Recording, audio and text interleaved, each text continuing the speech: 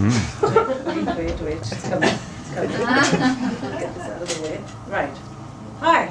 Hi. Right. So, having a good time? Yes. Having a drink? Yes. Very good.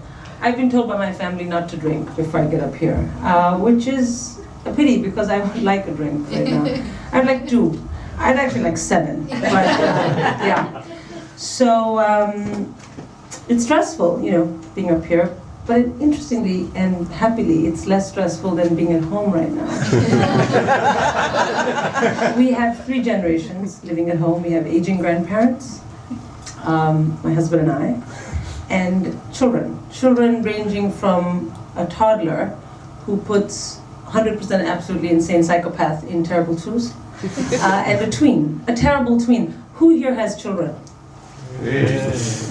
Okay, No, so you know what I'm going to say. The rest of you that didn't say, "Whoa," or it's not terrible twos. It's terrible 2s, 3s, 4s, 5s, 6s, 7s, and it goes to tweens, and then you get teenagers, which is ecstasy, truancy, pregnancy. But we're not there. We're at terrible tweens. It's that age, they're too young to take responsibility for anything and old enough to mouth off about everything. So, and my husband and I, that makes us filler, like sandwich filler. But not like the nice sandwiches from the posh shops like Eat and Pret, where you see the tuna and the chicken and the green salad. No, the sandwich from the petrol station, with the filler, you're like, what is that? What does it smell like? Who knows? What does it look like? Who knows? That's us.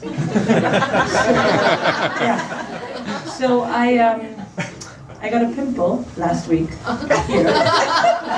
You've probably seen the light, it's probably still there, maybe from the stress. But it wasn't like those, bump in the skin kind of pimples. It was like a big, red, throbbing, fucking Siamese twin that died and didn't fall off. This kind of, madam, does your friend need a seat? Kind of huge pimple. And it's like a teenage pimple.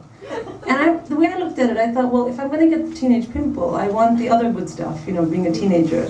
The narrow waist, the tight ass, the boobs that are up here, not down here, up here, that kind of thing. And like that idea as a teenager you have of like fantastic sex waiting for you out there somewhere. And continuing the long love.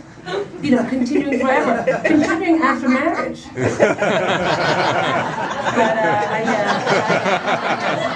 I got a pimple.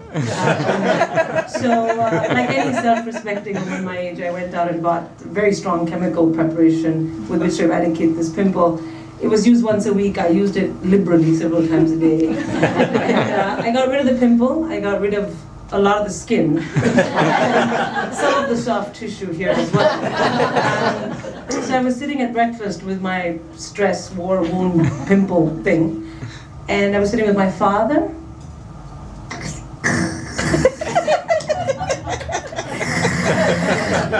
That's him having his cereal, not his breakfast soup. With my son who was getting ready for school, putting his socks on, lying on the floor, right, left, up, down, no concept of heel, ankle, toe, nothing. This is like, man versus cloth, it's a war. And my mother, who was looking at me across the table, and she was actually looking here. And she said, "Do you have a facial leprosy?" Facial leprosy. She says, "Arey Baba, muh ka code. This is Hindi for face of leprosy. So, I didn't get it in English. I needed it translated in Hindi. I didn't get it in English. She's like, oh, let me put it in a language you can understand. Bottom side of your face is fucked up.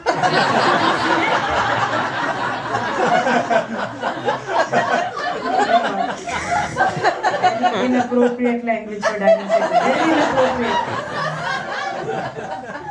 My son, meanwhile, is still lying on the floor, hysterical. In a language I would understand, he's pissing himself.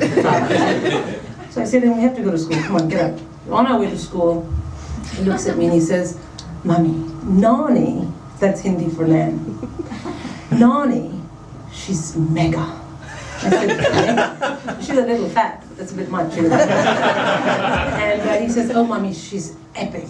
And I'm like, "Epic?" He says, "Mommy, she used the F word on you, about your face, to your face. Get in." Thank you very much.